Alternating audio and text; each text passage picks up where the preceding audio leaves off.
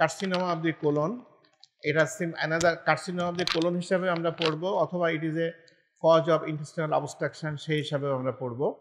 Large intestine contents taenia coli, haustrations, appendices epiploicae and vermiform appendix. Large গার্ডটা শুরু হয় কোথা থেকে? লার্জ গার্ড স্টার্টস ফ্রম দিয়ে রাইট আইলোসিকার আইল্যাক ফোসার থেকে, সেখান থেকে লার্জ গার্ড শুরু হয় in the name of caecum. Is it correct? Then it ascends upwards in the name of ascending colon. Then it reach up to the right colic flexure অথবা hepatic flexure.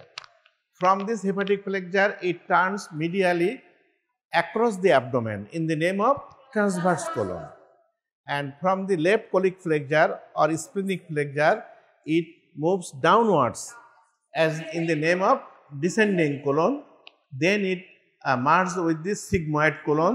Then in the pelvis, it enters the pelvic brim in the name of rectum, and it ends in the anus, anal canal বা anus. এইটাই হচ্ছে large গাটের journey. তো এখানে কতগুলো জিনিস আছে আমাদেরকে। We have got taenia coli in the large gut, we don't get the taenia in the small gut. কেন? তার অনেক ব্যাখ্যা আছে, আমরা সাথে এখন যাচ্ছি না। যে স্মল গাটে কোনো টিনিয়া নাই, but large gut have the 3 টিনিয়াস। আর একটা কি আছে? হস্ট্রেশনস। এই টিনিয়াগুলোর কারণের জন্যই লার্জ গাটটা এরকম মানে ভাগ ভাগ ভাগ ভাগ সেগমেন্টেড হয়ে যায়, হস্ট্রেশনস। আরেকটা কি হচ্ছে? অ্যাপেন্ডিক্সিস এপিপ্লয়েকি। এর গায়ে তোমার ফ্যাট থাকে, যেটাকে আমরা বলি অ্যাপেন্ডিক্সিস এপিপ্লয়েকি। আরেকটা জিনিস আসলো কি, একদম রাইট আইল্যাক ফোসাতে উনি থাকে, একটা ভার্মিফর্ম অ্যাপেন্ডিক্সের সাথে থাকে। রাইট আইল্যাক ফোসাতে ও কিন্তু একা থাকে না, ও ভার্মিফর্ম অ্যাপেন্ডিক্সের সাথে থাকে আর টার্মিনাল আইলিয়ামের সাথে থাকে, ঠিক আছে? It gets and products from the terminal ileum, and স্টুল formation begins in the right মানে সিকাম। সিকামের আগে কিন্তু স্টুল ফর্মেশনটা হয় না। যে আইলিয়ামের যে কন্টেন্টগুলো, এই আইলিয়াল কন্টেন্টগুলো সেমি লিকুইড ফর্মে থাকে, বাট ওটা যখন সিকামে আসে, তখন সিকামে আসার পর থেকে স্টুল ফর্মেশনটা, যে ফর্মড স্টুল যেটা আমরা পাস করি, এটা it begins to from the right iliac caecum থেকে। এবং এই কোলনের লেন্থ হচ্ছে 135 সেন্টিমিটার। অ্যাপেন্ডিক্স এপিপ্লয়কে আমরা বলছি কি small pockets of fat filled peritoneum, haustra are sacculations between the taenia, and ileocaecal valve serves as a sphincter to prevent reflux to terminal ileum. Ileum যখন সিকামের সাথে মিশেছে, ওখানে একটা ভালভ আছে, এই ভালভটাকে সিকামের কোনো কন্টেন্টকে আইলিয়ামে ব্যাক করতে দেয় না। এর ফিজিওলজিটা আমরা জানি, তারপরেও একটুখানি জেনে নেই। Absorption of water, it has the highest water absorption capacity in the whole GIT.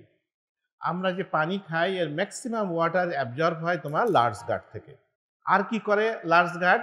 যে গ্যাস প্রডিউস করে, যে গ্যাসগুলো আমরা ফ্ল্যাটাস হিসাবে পাস করি, এই gas is produced in the large গাট।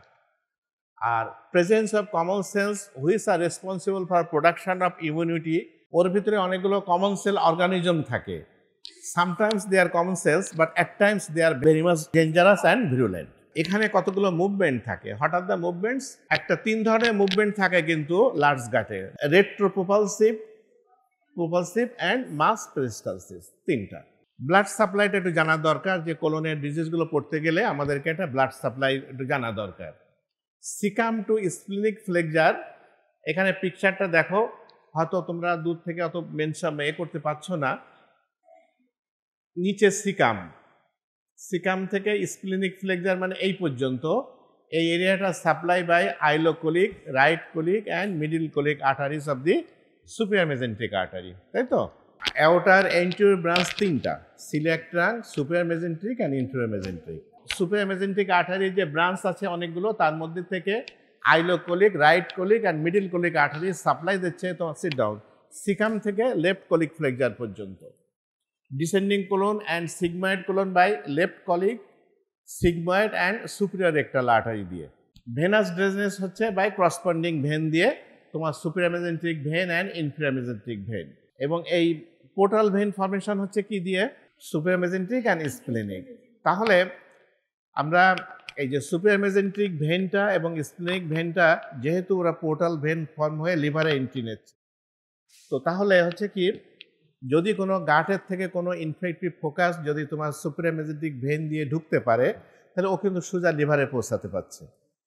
আবার কোনো মানে ম্যালিগনেন্ট ফোকাস যদি ওখান থেকে যেতে পারে, ও কিন্তু লিভারে যে মেটাস্টেসিস হতে পারছে। তাহলে গাট থেকে লিভারে ফ্রিকোয়েন্টলি ইনফেক্টিভ মানে ফোকাসগুলো ট্রান্সমিট হয়। ইট ইজ ডিউ টু মানে supramesenteric vein that forms the portal vein. Now regarding the carcinoma colon, এই কার্সিনোমা কোলনটা, কোলনের any place may be involve by the carcinoma, but একটা পার্সেন্টেজ আছে।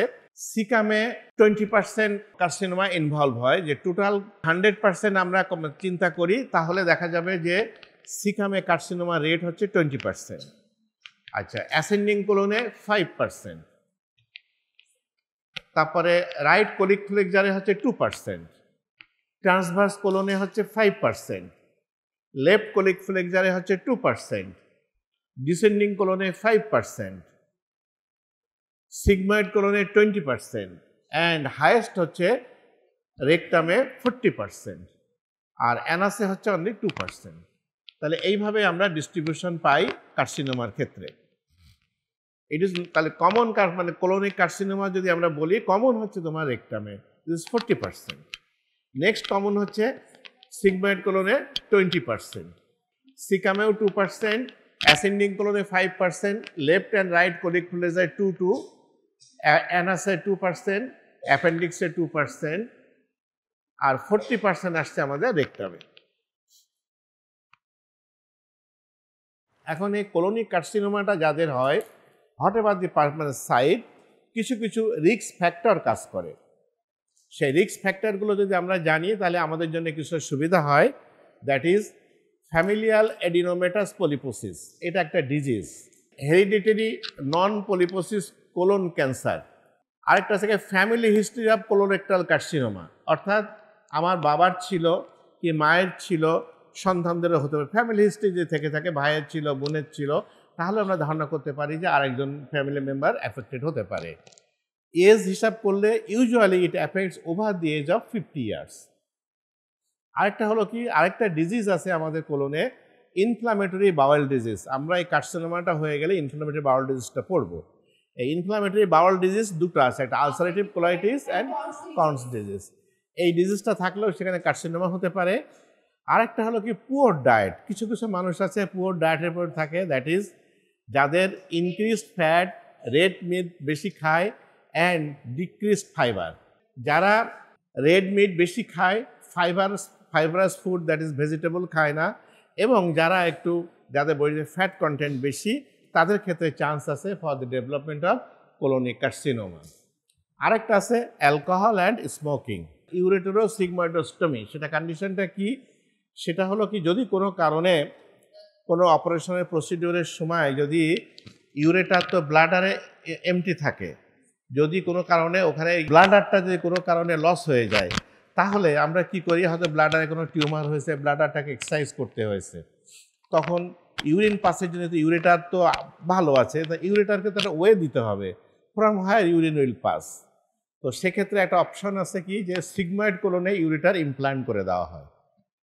ঠিক আছে, তো সিগময়েড কোলনে ইউরেটার ইমপ্লান্ট করে দিলে তখন হচ্ছে কি, ওই স্টুলের সাথে ইউরিনটা পাস করে চলে যায়। এইরকম সিচুয়েশন যদি করা হয়, সেখানে high risk, 100 to 500 times increase risk to develop colonic carcinoma.